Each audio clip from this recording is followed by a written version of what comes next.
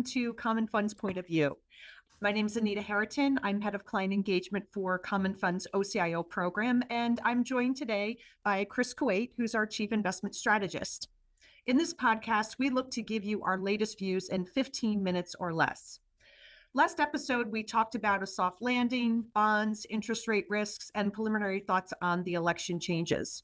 So let's pick up where we left off last time, Chris. And let's start from a macro perspective. What's our dashboard currently showing, and what's changed since last time we talked? Yes, thanks, Anita. Over the quarter, our asset allocation committee did see some positive changes in the dashboard. One of them was monetary policy, and that was upgraded to now being moderately negative, right? As rates in our view are still restrictive. But we saw the end of the 14-month FOMC pause, and we got the first rate cut in a long time, and it was 50 basis points. So we know rates are declining, right, or going down. We just don't know the path, and we do think it'll be dependent on the data. We also upgraded the yield curve to moderately negative. The 2s, 10s curve's flat. To a couple of basis points positive, and in history says a recession follows soon after this disinversion, but that remains to be seen, right? We've been talking about the fact there are unique circumstances. Let's call it this pandemic-induced economic imbalance, and we've had an unprecedented amount of fiscal and monetary stimulus, in response to that. So we're not seeing a recession at this point. In terms of employment, right, it's softening. We downgraded that to neutral. It's important that employment softens a little bit to control inflation, but it has become a little bit more of a concern. We initially downgraded from positive, due to the secondaries data we saw, which is weakening, such as job openings or quit rates. But now we see more weakness actually in the primary data, and the current, roughly 4.1% is below the historical average, right? But the trend seems higher for the employment rate. Inflation, we upgraded to neutral, and during the summer we started seeing our first sub 3% headline CPI numbers. We haven't really seen that since March of 21, and core inflation is still slightly above the Fed goal, but all in, things are trending in the right direction, right? And the real-time data that we look at is showing inflation continuing to come down. So generally, there's a more positive trend in the dashboard as investor sentiment is modestly improving, and due to this continued downward trend in inflation. But I think most importantly, is liquidity is really increasing around the globe, right? Not just in the U.S. There have been lots of interest rate cuts, and we're also seeing the artificial intelligence trend, right, continue to grow. And because of that, we do expect productivity to continue to improve, right, from those investments. Great. Thanks for sharing all of that. Kind of going back a little bit to your first comments on monetary policy, what do we think about the future of interest rates? Do we expect more cuts going forward? Yeah, we think that Fed funds rate will go down for sure. We expect 2 more 25 bip cuts this year, and probably at least another 100 bips in rates next year. The Fed is sort of locked into this now because of all their forward guidance, but they can take time based on data. They can pause if they need to. They don't have to get this perfect. There's no such thing, but they just can't, in our view, they just can't mess us up badly. And so eventually we probably get down to the neutral rate. No one actually knows what that rate is, but it's probably around 2 to 3% in real terms, so inflation adjusted. And we also, as market participants, we very much respect what we see in the markets in terms of price, and we especially respect the bond markets. And usually, the 2-year rate tells you where the Fed funds is going. And just about a month ago, we had one of the largest gaps or differences in rates between the Fed funds and 2-year, if you went back 30 years, right? So this, where the Fed funds is much higher than where the 2-year is. And so this tells us the Fed's essentially behind the curve. And that's intentional. But they have a ways to go with interest rates, in our opinion. And we do think the curve will also continue to steepen. So you talked a little bit about going back and kind of looking at historical returns over 30 years. How has the market reacted in previous periods when the Fed started cutting rates? And does that kind of give us some type of indication about, what to expect this time? Yeah, so we looked at the last 10 times we had our first rate cuts in the US. This goes back to, as you said, about 84. And what we find is that after initial cuts, right, the market's usually on average down during the first month, but up a little, actually have it right here, but up a little on the 3-month, and then up a good amount for 6 months and 12 months after the initial cut on average. But there are exceptions. The exceptions in the data are when we have severe recessions. So, for example, 2 times over the last 10 cuts in 01 and in 07, right, we had severe recessions and the market was down 12 months after the cuts. But in all other cases where cuts occurred because of either a normalization, right, or a panic cut like COVID, right, the market was up. And we do think this is a normalization of interest rates, where we don't think we're in a recession. We acknowledge that certain industries are challenged, and we could be having rolling recessions within industries that are having problems, such as like housing. But overall, we're not in a recession, and we have restrictive rates. So the Fed right now has a lot of ammunition, right, to fight a recession or to fight deflation.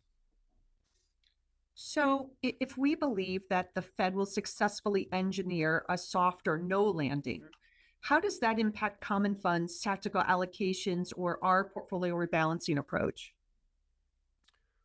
So during our last rebalancing meeting that we have with our asset allocation committee, we remain pretty constructive. Markets have been going up. That made us a little overweight equities relative to fixed. We did not rebalance our small overweight to equities. And it's really because of what we just discussed. We don't want to fight the Fed here. It's hard to time it right. But we also don't want to fight the momentum of the equity markets. So we're letting our portfolios run a little bit overweight equities relative to fixed, but we did maintain a full weight to our inflation allocations, right? As we view really one of the largest risks would be a big uptick in inflation, or inflation rearing its ugly head again. That's probably the biggest risk we could see. So we're maintaining that allocation, and we also maintained our full allocations to hedge funds, where we're seeing really strong opportunities to generate returns or strategies that don't take equity market risk, that don't make return from taking credit risk, and don't make return from taking interest rate risk. So we can have real strong balance in our portfolios. So with that backdrop, let's drill a little bit into asset classes. Are we seeing, any interesting opportunities, for example, in fixed income? We're seeing really interesting opportunities in fixed income, and they tend to be more around sector selection in investment grade credit opportunities that are really outside of treasuries. Corporates are a good example. Our largest overweight right now is currently in mortgage-backed securities. What's interesting there is that these are investment grade securities. In many cases, these are agency securities that are guaranteed by the government. and they have really wide spreads relative to treasuries and relative to history. And that's because of this increased volatility we've seen in fixed income. And what's interesting there is we really don't, the big risk in mortgages, which is convexity, or excuse me, prepay risk, think of it, is really not an issue now because of how many mortgages are locked in at such low rates. And within non-investment grade credit, we tend to focus a lot on private lending. We've been doing that for a long time for our clients. And there on the margin, we've been finding better opportunities and allocating more dollars to senior lending opportunities to European corporates, where for really the same degree of risk as in the U.S., if we're thinking about balance sheet risk or cash flows and ability to repay debt, we're getting wider spreads. So that's been exciting too. Thanks. What do we expect from equities? No, we expect equities to continue to broaden out. I know we've been saying that for a while, but we're seeing that now in terms of market cap, especially where small cap and mid cap stocks are coming to life. Mid cap actually recently just broke out, and that makes sense because there's an expectation that rates are coming down, the rates starting to come down, and also credit spreads. If you look at the worst credits, right, they're tightening, and that helps fuel smaller stocks. We also expect to see more dollars flow into some of the cyclical areas of the market, maybe that have been ignored a little bit. And we're seeing better opportunities overseas, right? Especially in Asia. I know for a while we talked about Japan, where we have very strong corporate reform, and we're actually getting some growth in Japan and inflation. And you could even think about, if we're on the Asia topic, think about China now, right? We do believe that China has the ability to put a floor in their market.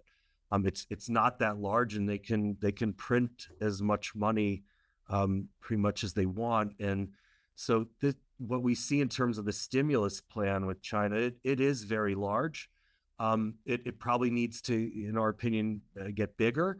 But this is kind of their Tina moment. There is no alternative moment, and we do think they'll continue to do what it takes.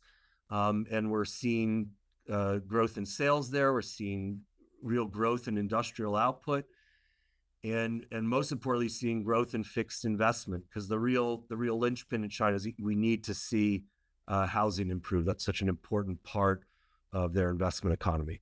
And they're still dealing with millions of homes that have been prepaid and unbuilt. So we still have to watch out for that, but we see a lot of improvement and a lot of effort to strengthen those markets. Chris, thanks so much. Lots of things to be thinking about, both in fixed income markets as well as equities. Before we wrap up, maybe just what are some of the risks that we're seeing that maybe aren't being discussed quite as broadly? And I'm sure you might have a comment or two to make on the election, given that we're within 12 days of Election Day.